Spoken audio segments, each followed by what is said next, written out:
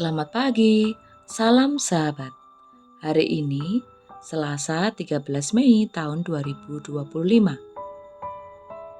Firman Tuhan yang akan kita renungkan terambil dari Bilangan 15 ayat 37 sampai 41. Bilangan 15 ayat 37 sampai 41. Demikianlah firman Tuhan. Tuhan berfirman kepada Musa, "Berbicaralah kepada orang Israel dan katakanlah kepada mereka, bahwa mereka harus membuat jumbai-jumbai pada punca baju mereka, turun-temurun, dan dalam jumbai-jumbai punca itu haruslah dibubuh benang ungu kebiru-biruan. Maka jumbai itu akan mengingatkan kamu, apabila kamu melihatnya, kepada segala perintah Tuhan, sehingga kamu melakukannya dan tidak lagi menuruti hatimu atau matamu sendiri, seperti biasa kamu perbuat dalam ketidaksetiaanmu terhadap Tuhan. Maksudnya supaya kamu mengingat dan melakukan segala perintahku dan menjadi kudus bagi Allahmu.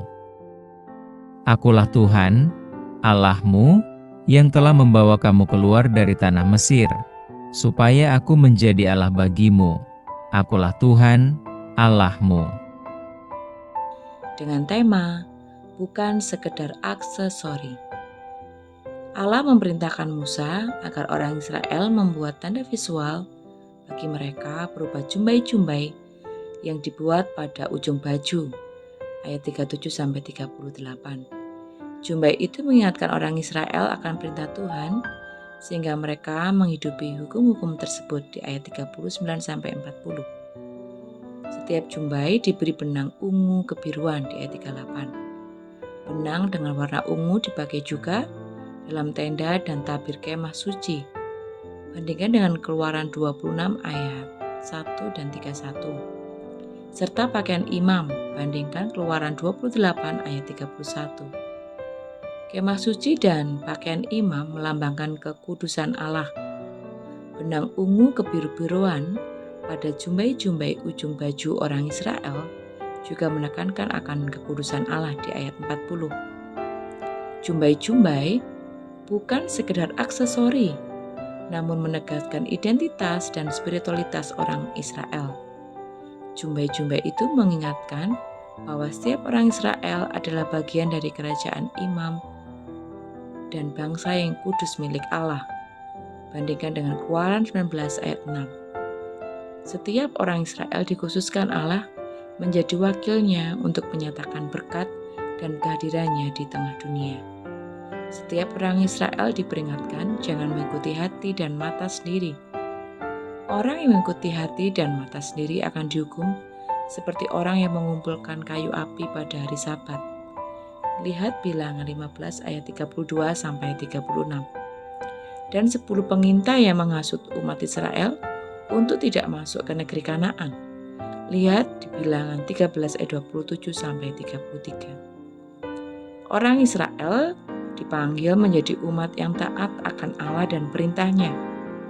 Di tengah dunia yang makin memisahkan dan menjauhkan diri dari hal-hal rohani, kita perlu memilih dan mengenakan tanda visual kekristenan kita. Bukan sebagai aksesori yang mempercantik, tetapi sebagai pengingat akan siapa kita dan bagaimana kita hidup di tengah dunia. Salib misalnya, ini bukan soal anting, kalung, gelang, atau bahkan tato, melainkan makna salib bagi kita. Setiap kali melihat salib, kita mengingat akan kematian Yesus Kristus yang menebus, menghidupkan, memulihkan, dan menjadikan kita sebagai warga kerajaan Allah. Salib juga menyadarkan kita akan fokus baru di dunia, yaitu meninggalkan dosa dan hidup bagi Allah. Apakah kita bersedia menghidupinya? Mari bersama kita berdoa. Selamat pagi Tuhan, terima kasih kami boleh dibangunkan pagi ini. Kami boleh menghirup udara yang segar. Saat ini Tuhan, mampukan kami untuk boleh terus menghidupi kasih-Mu di dalam kehidupan kami. Mampukan kami selama kami hidup, kami dengan tegas meninggalkan dosa. Mampukan kami hidup fokus hanya kepada-Mu saja. Biarlah apapun yang kami lakukan Tuhan, mendekatkan kami kepadamu. Di dalam nama-Mu ya Tuhan kami berdoa dan bersyukur. Haleluya, amin. Demikian renungan kita pagi ini. Tuhan Yesus memberkati.